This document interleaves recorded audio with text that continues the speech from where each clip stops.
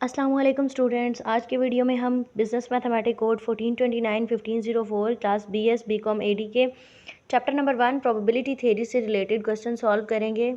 Question number 1 हमारे पास है, a coin is tossed such that probability of head is equal to 0.45 and probability of tail is equal to 0.55. Construct a probability tree showing all possible outcomes. If the coin is tossed 3 times, also what is the probability of getting 2 tails in the 3 tosses, at least 1 head in 3 tosses. अच्छा, अगर हम statement को समझे तो हमें बताया गया कि एक कॉइन को टॉस कर रहा है हमने, जिसमें हमारे पास दो तरह की प्रोबेबिलिटी आने के दो तरह के आउटकम्स आने के चांसेस हैं। एक हेड आ सकता है या टेल आ सकता है हमारे पास। प्रोबेबिलिटी ऑफ हेड हमें बताएगी है 0.45, प्रोबेबिलिटी ऑफ टेल बताएगी है 0.55। अब हमने एक प्रोबेबिलिटी ट्री इस तरह का कंस्ट्रक्ट करना है, इस तरह से प्रोबेबिलिटी ट्री बनाना है इनके आउटकम्स में से कि हमारे पास 2 टेल आए। 3 टॉस अगर हम करें तो उसमें हमारे पास 2 टेल आए, और एक ऐसी वैल्यू की प्रोबेबिलिटी हमने निकालनी है कि जिसमें 3 टॉस करें तो एटलीस्ट एक हेड हो। ज़्यादा से ज़्यादा 2 भी हो सकते हैं, 3 भी हेड हो सकते हैं, कम से कम एक हेड उसमें होना चाहिए। इसका अगर हम सोल्यूशन देखें तो पहले हम देखेंगे कि टोटल हमारे पास पॉसिबल आउटकम्स कितने हैं। सोल्यूशन पॉसिबल आउटकम्स पहले लिखेंगे। ईच टॉस, हमारे पास एक टॉस से कितने आउटकम्स आ सकते हैं? 2 आउटकम्स आ सकते हैं, या हेड आ सकता है या हमारे पास टेल आ सकता है। अगर हम हेड की प्रोबेबिलिटी देखें, probability of head is equal to 0.45, ये हमें क्वेश्चन में दी गई है। जो गिवन डाटा पहले वो लिखेंगे, फिर प्रोबेबिलिटी ऑफ टेल लिखेंगे। प्रोबेबिलिटी ऑफ टी यानी probability of tail is equal to 0.55। अब ये दोनों हमारे पास प्रोबेबिलिटी हमने लिख दी है जो हमारे पास गिवन डाटा है। इसके बाद हम देखेंगे कि हमने कितनी, ये स्टेटमेंट उन्होंने बोला है कि 3 दफ़ा अगर हम टॉस करते हैं, so after 3 tosses total possible outcomes, हमारे पास टोटल पॉसिबल आउटकम्स कितने हैं, कितने आउटकम्स आ सकते हैं? 2 हमारे पास है ना कंडीशन, या हेड आ सकता है या टेल आ सकता है। इसको अगर 3 टाइम अगर हम करें, 2 की पावर यहाँ पे 3 करें, मतलब कि ये 2 आने के इम्कान, 3 दफ़ा हमने टॉस करना है और उसमें 2 आउटकम्स आने के इम्कान है हमारे पास, तो हमारे पास आंसर क्या आएगा? 8। मतलब टोटल पॉसिबल हमारे पास आउटकम्स कितने हैं? 8। इस 3 टाइम हम अगर टॉस करें तो 3 टाइम टॉस करने से हमारे पास टोटल पॉसिबल आउटकम्स निकालने के इम्कान कितने हैं? 8। हमने फॉर्मूला में देखा था कि टोटल पॉसिबल आउटकम हमें चाहिए होता है प्रोबेबिलिटी का कंप्लीट करने के लिए, प्रोबेबिलिटी का सोल्यूशन करने के लिए, इसलिए पहले टोटल पॉसिबल आउटकम्स देख लिए हैं। अब हम इसको तरतीब से ये भी देख लेते हैं कि किस तरह से ये वाले आउटकम आएंगे। अब टोटल पॉसिबल अगर आउटकम 8 है तो यहाँ पे पहले मेंशन कर लेंगे 1 2 3 4 5 6 7 8। 8 आउटकम्स कौन कौन से हैं? अगर हम करें, तीनों दफ़ा हमारे पास अगर हेड आता है, तीनों दफ़ा हमारे पास अगर टेल आता है, एक पहला हेड, दूसरा हेड और तीसरा टेल आता है। इसी तरह इसका उल्ट अगर देखें, पहले 2 टेल और एक हेड आता है, फिर तीसरा हमारे पास आएगा, एक हेड आता है, फिर टेल आता है और तीसरा फिर से हेड आता है। इसी तरह टेल, हेड और टेल, ये दोनों हेड और एक टेल था, ये 2 टेल और एक हेड है, ये 2 टेल और एक हेड है। अब हम अगर देखें, एक हेड और 2 टेल अगर आते हैं तो फिर यहाँ पे क्या होगा? 2 टेल और एक हेड होगा। ये था एक हेड और ये 2 टेल थे, सॉरी ये एक टेल और 2 हेड होगा। फिर इस तरह से ये हमारे पास टोटल 8 आउटकम्स इस तरह से आ सकते हैं। अब हम देखेंगे कि हमारे पास प्रोबेबिलिटी किस तरह से निकल सकती है। तो हम प्रोबेबिलिटी का बताने के लिए यहाँ पे लिखते हैं द प्रोबेबिलिटी। ये स्टेटमेंट में हम लिखेंगे ताकि उनको पता चले कि हमने नेक्स्ट स्टेप में क्या किया। जो चेक करने वाला होगा उसको आइडिया हो जाता है स्टेप्स पढ़ के कि इसने नेक्स्ट स्टेप में क्या किया। The probability of any, sorry ये मैं लिख दिया, दी प्रोबेबिलिटी ऑफ एनी आउटकम।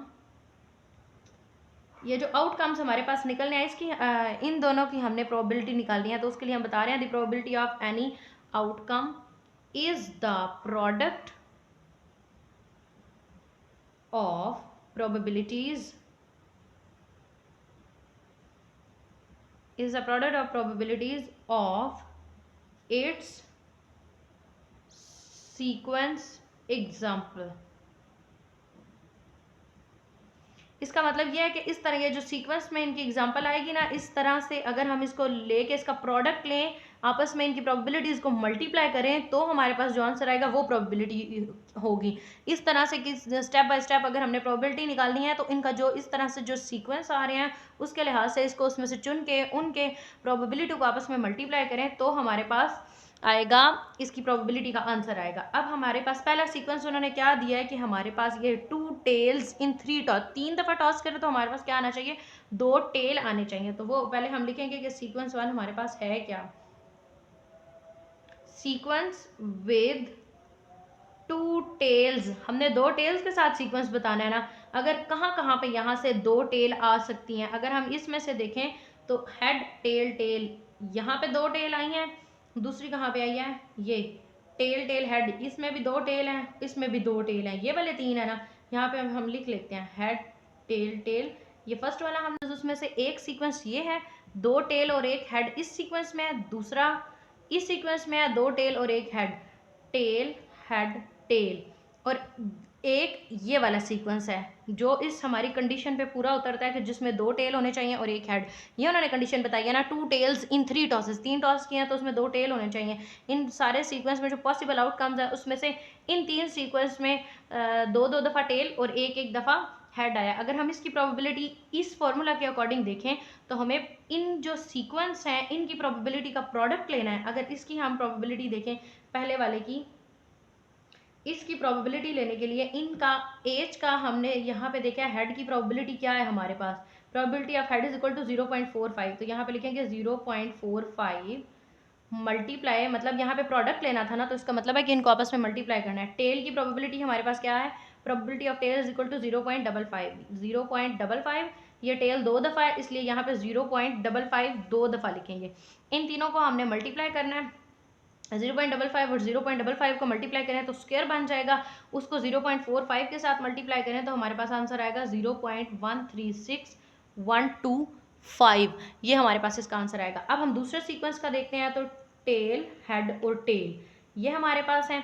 अब टेल हेड और टेल, टेल की हमारे पास प्रोबेबिलिटी क्या है, probability of tail is equal to 0.55, तो यहाँ पे लिखेंगे 0.55। फिर हमारे पास हेड की प्रोबेबिलिटी है जो कि है probability of head is equal to 0.45, फिर हमारे पास ये टेल की प्रोबेबिलिटी दोबारा लिखनी है जो कि हमने यहाँ पे लिखी है, तो वो होगा 0.55। अब ये देखिए 0.55, 0.55 और 0.45 ये इसी तरह है ना, 2 दफ़ा 0.55 है और 1 दफ़ा 0.45 है, ऊपर वाली और ये सेम है, इसको मल्टीप्लाई करेंगे और इसका सेम आंसर आ गया। अब हम तीसरे सीक्वेंस की देखेंगे। तीसरा सीक्वेंस हमारे पास ये है 2 टेल और 1 हेड के साथ, जो कि हमारी ये ऊपर कंडीशन दी गई थी फर्स्ट कंडीशन, उस पर ये वाला सीक्वेंस भी पूरा उतर रहा है, तो यहाँ पे लिखेंगे tail tail head is equal to, tail की हमारे पास क्या प्रोबेबिलिटी है, probability of tail is equal to 0.55, 2 दफ़ा 0.55 लिखेंगे क्योंकि यहाँ पे हमारे पास 2 टेल दिए गए हैं, 0.55, और एक दफ़ा हमने हेड की प्रोबेबिलिटी लिखनी है और वो है probability of head is equal to 0.45, 0.45। अब यहाँ पे भी इन दोनों की तरह वही कंडीशन है कि ये दो हमारे पास 0.55 है और एक हमारे पास 0.45 है, इनको मल्टीप्लाई करेंगे तो यही सेम इसका आंसर आएगा 0.136125। अब ये कंडीशन हमारे पास पूरी होगी है इन तीनों की, ये अलग अलग से हमारे पास प्रोबेबिलिटी आई है। ये अगर हम तीनों की देखें, अगर हम एग्जैक्ट इसकी निकालें प्रोबेबिलिटी जिसमें एग्जैक्टली 2 टी हैं, मतलब कि 2 हमारे पास टेल आए हैं कॉइन की साइड पे, तो वो है ये 3 दफ़ा है ना, तीनों सेम सेम है, 3 मल्टीप्लाई 0.136125, इस 3 से इसलिए मल्टीप्लाई करें क्योंकि ये 3 डिफरेंट सीक्वेंस ऐसे हैं जिनमें 2 दफ़ा टेल आया, जिनमें वो वाली कंडीशन पूरी हो रही है जो उन्होंने हमें दी है प्रोबेबिलिटी फाइंड आउट करने के लिए, इसलिए ये 3 सीक्वेंस है तो हम 3 से इसको मल्टीप्लाई करेंगे, इन दोनों को मल्टीप्लाई करेंगे तो हमारे पास इसकी प्रोबेबिलिटी आएगी, probability exactly 2 T's is equal to, इन दोनों को हमने मल्टीप्लाई कर कैलकुलेटर पे आप कर सकते हैं, तो इसका आंसर हमारे पास आएगा 0.408375।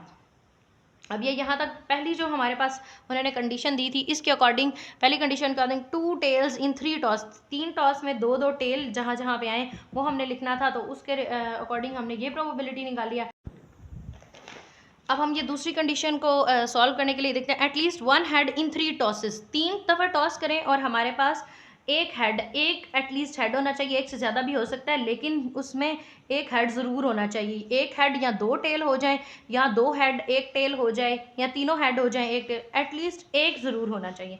अब इसमें अगर हम देखें, इस क्वेश्चन में देखें तो यहाँ पे कितनी दफ़ा हेड है, इस वाली में भी हेड है, इसमें दो हेड हैं, इसमें भी दो हेड हैं, इस सीक्वेंस में भी एक हेड है, इसमें भी दो हेड हैं, इसमें भी एक हेड है, सेवंथ सीक्वेंस में भी एक हेड है, सिर्फ ये एक है जिसमें कोई हेड नहीं, ऑल टेल्स हैं। बजाय कि हम इस पूरे को सॉल्व करें जिस हर एक में हेड हैं, हम टेल के लिहाज से देख लेते हैं कि टेल वाले को उसमें से माइनस करके हम सिंप्लीफाई कर लेते हैं। अगर हम इस सारे को करेंगे, इस सारे को जिस तरह इन तीन को किया था, तीन तीन में वो वाली कंडीशन ये वाली हो रही थी, उसके लिहाज से किया था, तो इतना थोड़ा सा ये लंबा हुआ ना। इसी तरह ये तो साथ के साथ में ये वाली कंडीशन पूरी उतर रही है, इस तरह हम ये सारे करने पड़ेंगे। उसकी बजाय हम शॉर्ट में अगर करें तो ये हम देखते हैं कि इस कौन सी ऐसी कंडीशन है जो इस पे पूरी नहीं उतरती, उसको 1 में से माइनस करके, उसकी प्रोबेबिलिटी निकाल के उसको 1 में से माइनस करके हम करेंगे तो ये हमारे लिए इजी हो जाएगा। अब ये देखते हैं कि ये वाली कंडीशन है टेल टेल टेल, जिसमें तीनों टेल आए हैं, ये उस कंडीशन पे पूरी नहीं उतर रही, ये वाला सीक्वेंस। तो हम लिखेंगे यहाँ पे, पहले लिखेंगे कंपोनेंट ऑफ नो हेड, जिसमें कोई हेड नहीं। यहाँ पे वाजिया करना है कि जिसमें कोई हेड नहीं, हम वो वाला कंपोनेंट ले रहे हैं जिसमें सारे क्या हैं, टेल्स, ऑल टेल्स, उसकी हम प्रोबेबिलिटी निकालने लगे हैं। उसमें से 1 में से वो माइनस करेंगे प्रोबेबिलिटी किसकी, जो ऑल टेल्स वाला हमारे पास कंपोनेंट या सीक्वेंस है, वो ये वाला है, ये लास्ट वाला टेल टेल टेल, जिसमें तीनों टेल हैं, कोई भी हेड नहीं है। अगर इसको सॉल्व करें तो हमारे पास आएगा प्रोबेबिलिटी, हम अगर उसकी निकालें तो 1 माइनस, तो हम प्रोबेबिलिटी ऑफ टेल क्या थी हमारे पास, ये थी प्रोबेबिलिटी ऑफ टेल 0.55। तो यहाँ पे हमारे पास तीन तीन टेल्स वाले हैं, इसलिए हम इसको 0.55 का हम क्यूब ले लेंगे, क्योंकि ये तीन टी है हमारे पास, तीन दफ़ा टेल है, इसका क्यूब लेंगे तो हमारे पास आएगा 1 माइनस इस वैल्यू का 0.55 का अगर हम क्यूब लेंगे तो आएगा 0.166375। ये आप इजीली कैलकुलेटर पे कर सकते हैं, आराम से इसका आंसर निकल आएगा। अब 1 में से इसको माइनस करना है तो हमारे पास आएगा 0.833625, ये हमारे पास है। अब हमारी दूसरी प्रोबेबिलिटी ये निकली है, अब हम लिखेंगे फाइनल आंसर। फाइनल आंसर में हम अब लिखेंगे प्रोबेबिलिटी, पहली कंडीशन में जो उन्होंने प्रोबेबिलिटी फाइंड आउट करने का बोला था वो हम लिखेंगे, एक प्रोबेबिलिटी 1, मतलब एक प्रोबेबिलिटी हमारे पास क्या निकली है, ये 0.408375,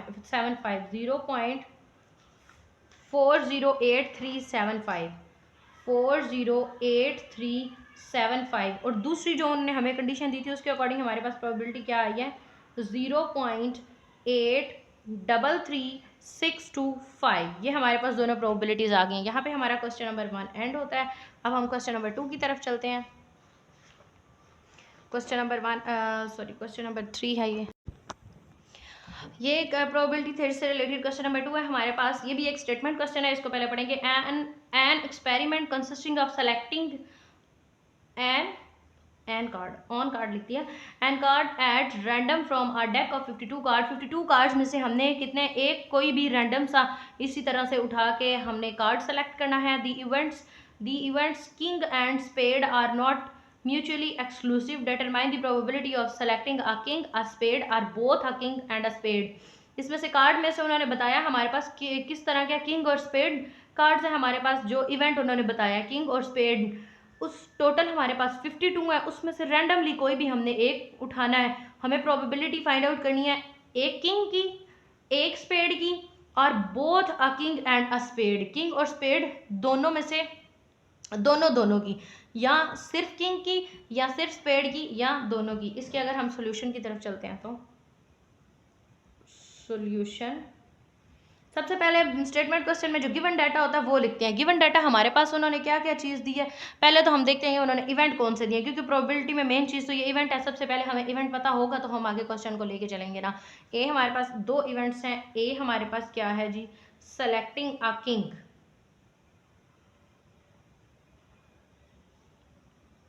या हमें किंग को बीच में से सेलेक्ट करना है। बी इवेंट, दूसरा इवेंट हमारे पास क्या है, एक तो ये था ना किंग, और दूसरा इवेंट क्या है, स्पेड, SELECTING, सेलेक्टिंग आ स्पेड। एक हमारे पास किंग था, एक स्पेड था। अब फिर हमने क्या फाइंड आउट करना है, इसका प्रोबेबिलिटी। प्रोबेबिलिटी अब हम यहाँ किंग की कर सकते हैं, यहाँ स्पेड की, या both king and a spade. अगर हम इसको बोथ वाले को लें, एक हमारे पास है। अब अगर प्रोबेबिलिटी के लिहाज से हम क्वेश्चन ये देखें, किंग अ स्पेड, हमें किस किस की प्रोबेबिलिटी फाइंड करनी है, किंग की या एक स्पेड की, या फिर क्या करना है, बोथ की, बोथ किंग एंड स्पेड। पहले ये जो गिवन डाटा था, जो जो चीज़ें उन्होंने बताई हुई थी वो लिख लिया है। उसके बाद हमने ये लिख लिया जो हमें फाइंड करना है, किंग की प्रोबेबिलिटी या स्पेड की या बोथ किंग एंड स्पेड की। अब हमारे पास एक और चीज़ बताइए कि टोटल कार्ड्स हैं कितने। यहाँ पे फिर लिखेंगे टोटल कार्ड्स। टोटल कार्ड्स हमारे पास कितने दिए गए हैं, ये 52 कार्ड्स। टोटल हमारे पास कितने कार्ड है, 52। इसमें अगर हम देखें तो प्रोबेबिलिटी अगर हम इस लिहाज से निकालें कि किंग और स्पेड, किंग और स्पेड बोथ की निकालें, तो ये यूनियन बन रहा है ना इनका दोनों का।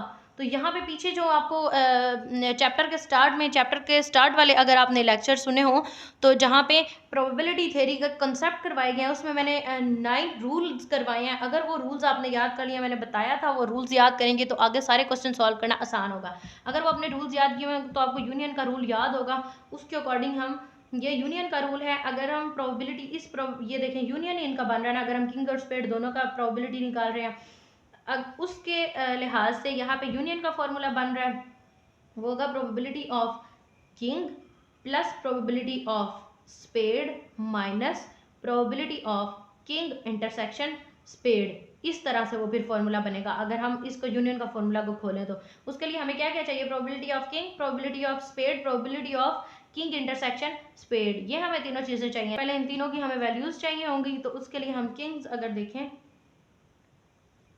There are 4 king in the deck, 4 king हैं हमारे पास डेक में।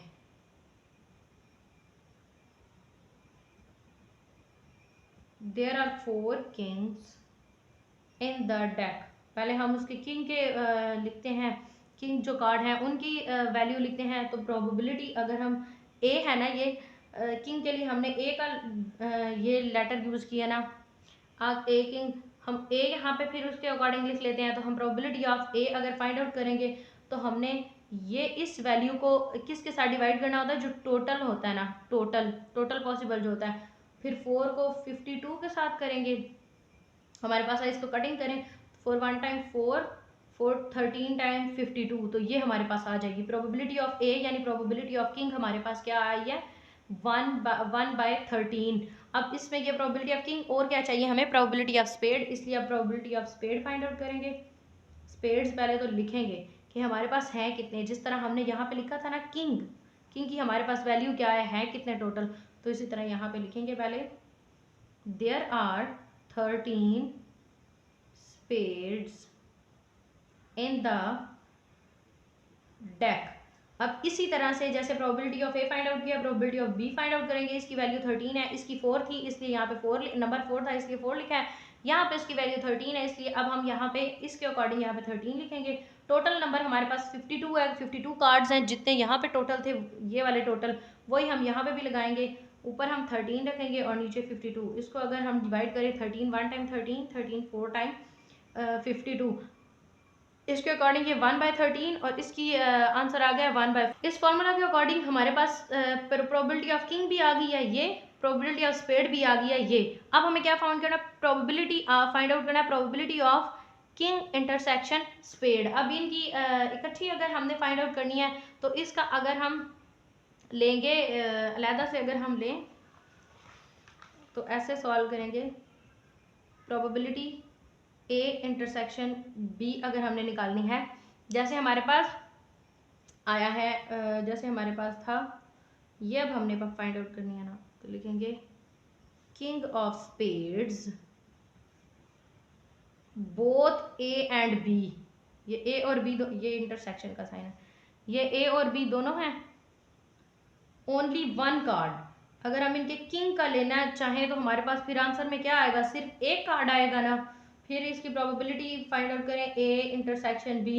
अगर हम इसकी प्रोबेबिलिटी निकालेंगे तो एक कार्ड होगा हमारे पास, और हमारे पास टोटल कार्ड पहले क्या थे 52, तो इसको 52 से डिवाइड करेंगे, मतलब कि थर्ड वाले का आंसर हमारे पास ये आया। अब हम इसके फॉर्मूला में अप्लाई करते हैं, जो हमने ये यूनियन वाला फॉर्मूला लगाना है, इसमें अगर हम अप्लाई करें, पहले फॉर्मूला यहाँ पे लिखेंगे K union S is equal to probability of K plus probability of S minus probability of K intersection S।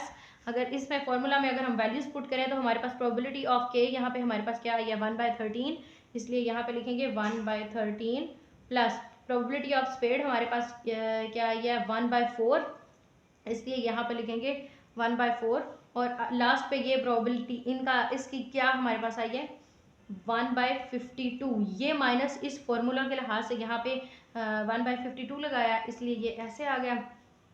अब इसको अगर हम ऐड करेंगे, पहले तो हम ये देखते हैं कि ये हमारे पास डिनोमिनेटर चेंज है 52, 4 और 13।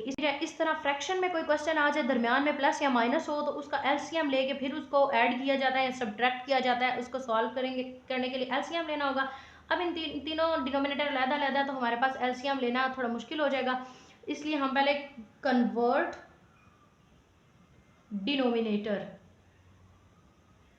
डिनोमिनेटर को अगर हम कन्वर्ट करें, ये 1/13 है, 1/13 को अगर हम 4 से मल्टीप्लाई कर लें तो 1/13 हमारे पास क्या होगा 4 1 टाइम 4 डिवाइडेड बाय 4,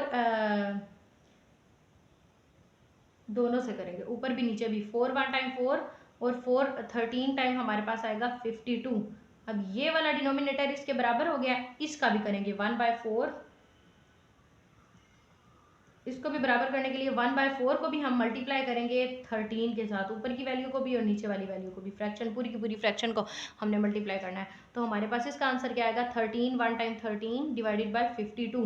अब हम 1/13 की जगह पे 1/13 की जगह पे ये वैल्यू लिख सकते हैं 4/52, 1/4 जो ये वाला है इसकी जगह पे लिख सकते हैं 13/52। अगर हम अब फॉर्मूला में अप्लाई करें ये वैल्यूज, तो 1/13 की जगह पे ये लिखेंगे 4/52 प्लस 1/4, इसकी जगह पे ये वैल्यू हम लिख सकते हैं 13/52 माइनस 1/52, ये वाला। ये सारी वैल्यूज अगर हम यहाँ पे लिखेंगे, सॉरी पेंसिल बंद हो गई है, 1/52 ये यहाँ पे लिखेंगे।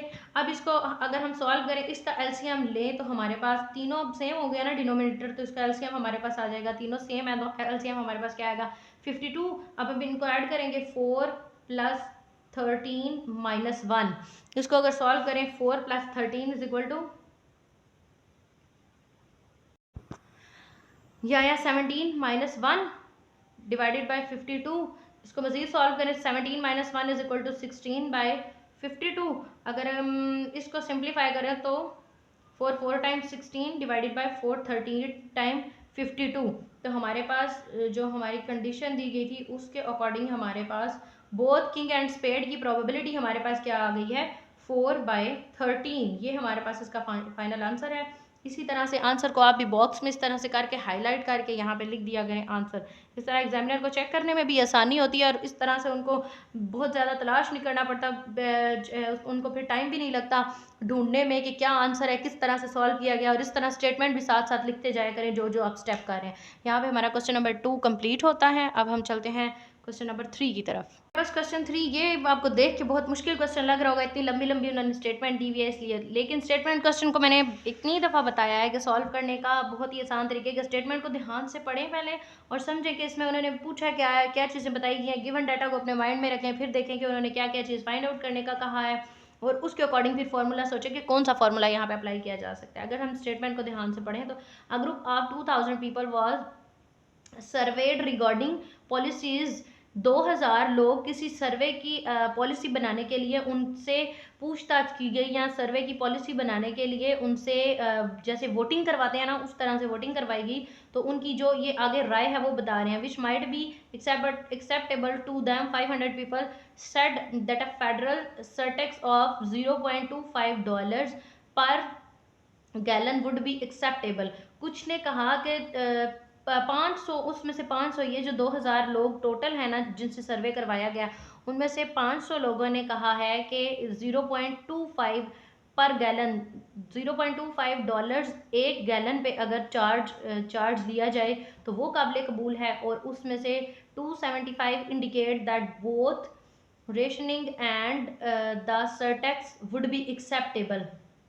उन्होंने कहा है कि उनमें से 275 लोगों ने कहा है कि दोनों कंडीशंस ही एक्सेप्टेबल हैं। दूसरी कौन सी होगी जो इसमें बताएगी, if a person is selected at random from this group, अगर इन दोनों ग्रुप में से, ये जो दोनों तरह के लोग हैं इनमें से अगर दो जो ये सर्वे के लिए अलग-अलग, ये 275 और 500 वालों ने जो जो सर्वे दिया उन दोनों ग्रुप में से अगर किसी एक पर्सन को रैंडमली उठा लिया जाए, what is the probability that the person would, उसमें से प्रोबेबिलिटी क्या होगी इन दोनों ग्रुप में से अगर एक रैंडमली बंदे को उठाया जाए तो वो प्रोबेबिलिटी फाइंड आउट करनी है किस किस। पहले वो लोग हैं कि जिनको वो सरटेक्स काबिल कबूल है, find this surtax acceptable but not gas rationing, जिनको ये वाला ऊपर वाली जो उन्होंने ये बात कही है या ये कंडीशन रखी है ना $0.25 पर गैलन हो तो वो एक्सेप्टेबल है, उनको ये बात तो एक्सेप्टेबल है, लेकिन ये जो दूसरी गैस वाली बात उन्होंने की है वो एक्सेप्टेबल नहीं है। फाइंड वन और both of the alternative acceptable, find उसमें से एक या फिर दोनों, इस ऐसे का हमने प्रोबेबिलिटी फाइंड आउट करनी है कि जो दोनों जो मुतबादिल सूरतें हैं ना वो दोनों की दोनों उनको हो एक्सेप्टेबल हो या वो उसको एक्सेप्ट करते हो। फाइंड नाइदर अल्टरनेटिव एक्सेप्टेबल, और तीसरी चौथी हमारे पास वो कंडीशन बताई गई है कि उनको कोई भी मतलब अल्टरनेटिव जो उसका मुतबादल है बात है या उसका सर्वे है वो दोनों में से कोई भी एक्सेप्टेबल ना हो। यह हमने कंडीशन को समझ लिया। इसके अकॉर्डिंग सिर्फ इनकी जो इन्होंने तादाद बताई है वो लगा के और जो टोटल नंबर है नीचे वो रखेंगे हम, और डिवीजन के मेथड से हम सिंपली इनकी प्रोबेबिलिटी को सॉल्व कर लेंगे। सिर्फ हमें ये इसको ध्यान से पढ़ने की और समझने की ज़रूरत थी। क्वेश्चन को अगर हम सॉल्व करते हैं तो इनकी कंडीशन के अकॉर्डिंग अगर हम सॉल्व करें, ए कंडीशन हमारे पास क्या है, फाइंड दिस सरटेक्स एक्सेप्टेबल। इन 500 लोगों को, ये वाले वो 500 लोग हैं ना जिन्होंने सर्वे में से ये कंडीशन रखी है कि $0.25 अगर सरमायाकारी हो पर गैलन, एक गैलन पे, तो इसको 500 लोगों को ये प्रोबेबिलिटी होगी उनकी, ये नंबर होगा, इसको इसके साथ अगर हम करें सॉल्व तो उस लिहाज से हमारे पास ठीक आएगा। पहले तो हमने देखना है, हम अपनी बात को स्टेटमेंट में लिखते हैं यहाँ पे ताकि उनको समझ आ जाए। Since 500 persons approved of the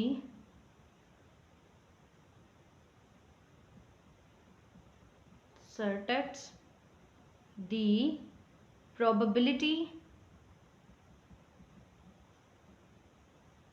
that a person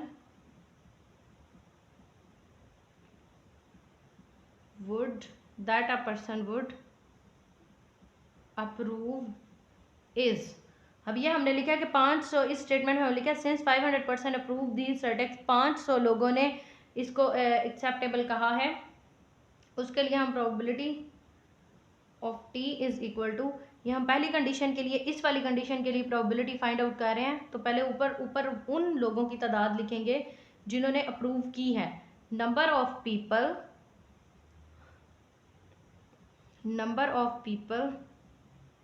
approving सरटेक्स, और फिर नीचे हमारे पास हमेशा से टोटल नंबर होता है ना, नंबर ऑफ पर्सन सर्वेड या total number of person served, जो टोटल जिन लोगों से सर्वे करवाया, नंबर ऑफ पर्सन सर्वेड, जो टोटल लोग हैं जिनको सर्वे करवाया गया वो क्या है, इसकी प्रोबेबिलिटी हम निकाल रहे हैं। तो ये नंबर जिन्होंने अप्रूव की है वो क्या है 500, ये हमारे पास सारा ऊपर इसमें क्वेश्चन में दिया गया, और ये हमारे पास टोटल लोग कितने हैं जिनसे सर्वे करवाया गया वो हैं 2000। अगर इसको हम डिवाइड करें तो हमारे पास आएगा 0.25। पहले का आंसर हमारे पास ये आ गया फर्स्ट स्टेप का, ये उन्होंने हमसे पूछा था, ये पहले का आंसर आ गया। अब बी अगर हम देखें तो हमारे पास कंडीशन क्या दी गई है, find this surtax acceptable but not gas rationing, उनको सरटेक्स तो एक्सेप्टेबल है, ये वाली बात उनको एक्सेप्टेबल है, लेकिन वो गैस रेशनिंग वाले जो ऊपर बात की गई है, दूसरी जो हमें कंडीशन रखी गई है वो उनको एक्सेप्टेबल नहीं है। तो वो कितने लोग हैं फिर 500 में से, 275 तो वो लोग हैं ना जिनको ये भी कंडीशन एक्सेप्टेबल है, और 500 ये लोग हैं। अगर इसमें से फिर पीछे वो लोग कितने बच जाते हैं जिनको एक्सेप्टेबल नहीं है, वो हैं 225। तो हम लिखेंगे 225 people indicated approval of the surtax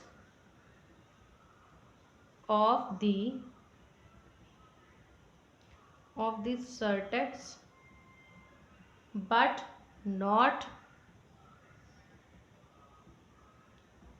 returning thus the probability of selecting such a person, ऐसे ऐसे बंदे की या इतने लोगों की प्रोबेबिलिटी फाइंड आउट करने के लिए हम क्या करेंगे, नेक्स्ट पेज में चलते हैं। अब हम इस स्टेटमेंट जो हमने लिखी है इसके अकॉर्डिंग अगर हम लिखें यहाँ पे, तो प्रोबेबिलिटी ऑफ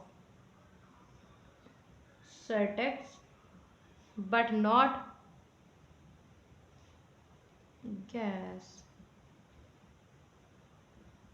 तो वो कौन से लोग हैं। फिर हमारे पास ये नंबर कितना है, 225 है। वो लोग को कितने हैं, 225, और नीचे हम डिवाइड किसे करते हैं, टोटल से।